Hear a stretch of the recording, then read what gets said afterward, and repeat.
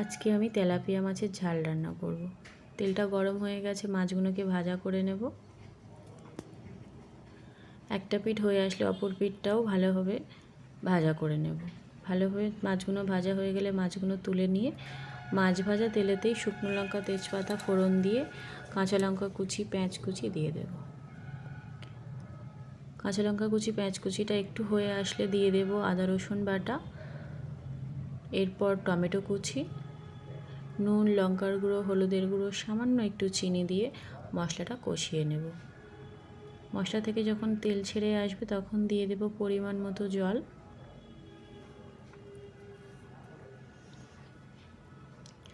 ভালোভাবে ঝোলটা যখন ফুটে উঠবে তখন দিয়ে দেব মাছগুলো। ঝোলটা ফুটে উঠেছে দেখুন, এবার মাছগুলোকে দিয়ে দেব। মাছগুলোকে কড়াইতে দিয়ে দিয়েছি। হাই ফ্লেমে 5 মিনিট ফুটিয়ে নেব। তেলাপিয়া মাছগুলোকে ভালোভাবে 5 মিনিট ফুটিয়ে নেওয়া হয়ে গেলে দিয়ে দেবো একটু জিরে আর মরিচের গুঁড়ো। দেখুন হয়ে এসছে, এবার দিয়ে দেব জিরে মরিচের গুঁড়ো। জিরে মরিচের গুঁড়ো দিয়ে 1 মিনিট পর আমি ঝোলটা নামিয়ে দেব।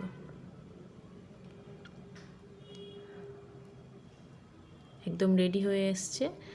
আজকের মেনু ছিল সাদা ভাত আর মাছের ঝাল। নমস্কার।